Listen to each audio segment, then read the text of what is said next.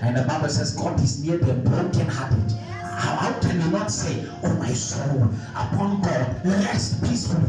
Because whatever that it was depending upon before the coming of the Lord was not delivering peace. Because peace was not delivered to it. Expectations, they were altered, they were broken. Expectations, they were wounded. And so you it's like a walk in the dark. And then you ask, when will I arrive? How will you start a new year?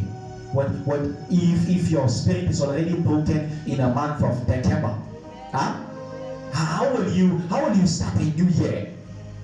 Because if you've started already, if you're ending in a broken spirit, tired mind, feeble knees, if you're ending with fingers that cannot grip, when you are going to start, where is your energy going to come from?